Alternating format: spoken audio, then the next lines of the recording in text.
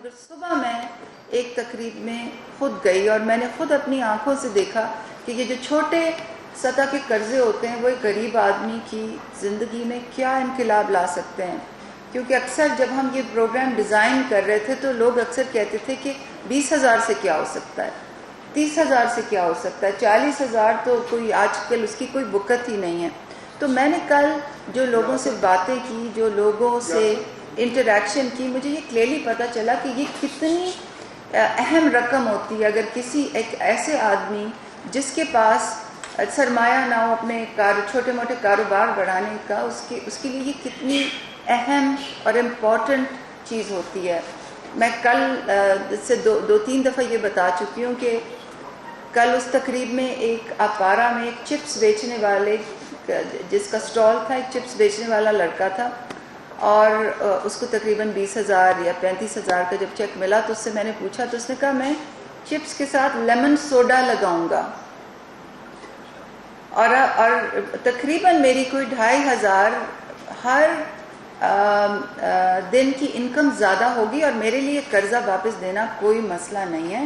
میری انکم اتنی زیادہ ہو جائے گی اور اس سے میرے گھر میں یہ چینجز آئیں گے. بری امام کا ایک آدمی تھا جس کی دیگوں کی دکان تھی اور اس نے ہمیں, ان لوگوں میں اتنا زیادہ بزنس سینس ہوتا ہے, ان کو صرف کیپٹل کی ان کے پاس کمی ہوتی ہے. اس نے ہمیں بتایا کہ جو 40,000 میں لے جا رہا ہوں اس سے میں اور دیگیں خریدوں گا اور میرا کام بڑھے گا. اور اس نے یہ بھی بتایا کہ کیونکہ ہم بار بار یہ سنتے ہیں کہ اس حکومت نے غریب لوگوں کا اتنا احساس کیا, جو لوگ سڑکوں پہ سوتے ہیں ان کے لیے پناہ گاہیں بنائی ہیں. وزیر اعظم صاحب باہر بار اس چیز کا ذکر کرتے ہیں, منسٹری بنائی گئی ہے, لوگ تعینات ہوئے ہیں, بجٹ سب سے زیادہ دیا گیا ہے. ایسے حالات میں جب ہر ادارہ اپنے بجٹ کاٹ رہا ہے, فوج تک نے رضاکارانہ طور پر اپنا بجٹ کاٹ دیا ہے, ایسے حالات میں غریب اور مجبور لوگوں کے لیے بجٹ کو دگنا کر دیا گیا. تو یہ لوگ یہ چیز سن رہے ہیں.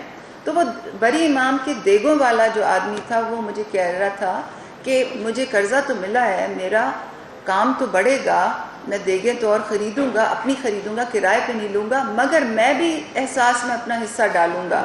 میں بھی اب جو لوگ کھانا نہیں کھا سکتے ان کو کھانا کھلاؤں گا. تو کہنے کی مطلب یہ کہ جب آپ ایک نیکی کا کام کرتے ہیں تو اس کا ایک ناک آن افیکٹ بھی ہوتا ہے.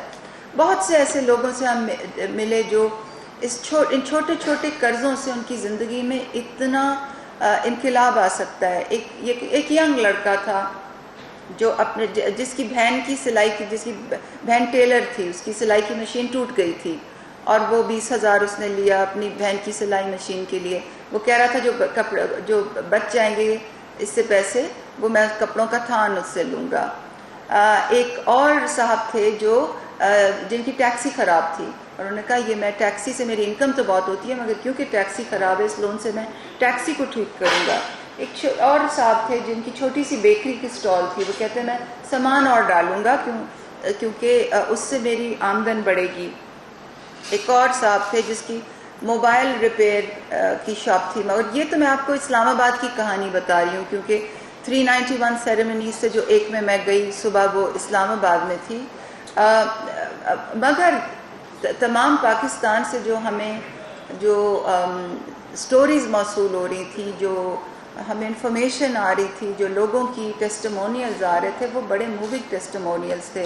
کل جو تقریب وزیر اعظم سیکریٹریٹ میں ہوئی, انہوں نے جن لوگوں کو چیکس دیے, بریانی کی شاپ لگا رہے ہیں, ایک تھرپارکر سے خواتین آ رہی تھی, وہ کس قسم کی چھوٹے چھوٹے کاموں میں اپنے گھر کے خرچوں کے لیے پیسے کما رہی تھیں.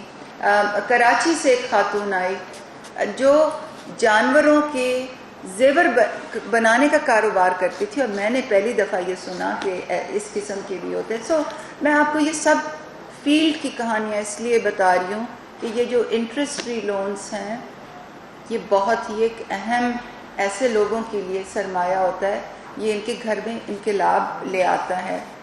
اب میں آپ کو اس پروگرام کی 3 خاصیتیں بتانا چاہتی ہوں. سب سے پہلے تو یہ خاصیت کہ یہ جو 42.65 بلین جو ہم نے اس کے لیے مختص کیا ہے, اس میں سے صرف 5 بلین ہم نے بجٹ سے لیا ہے.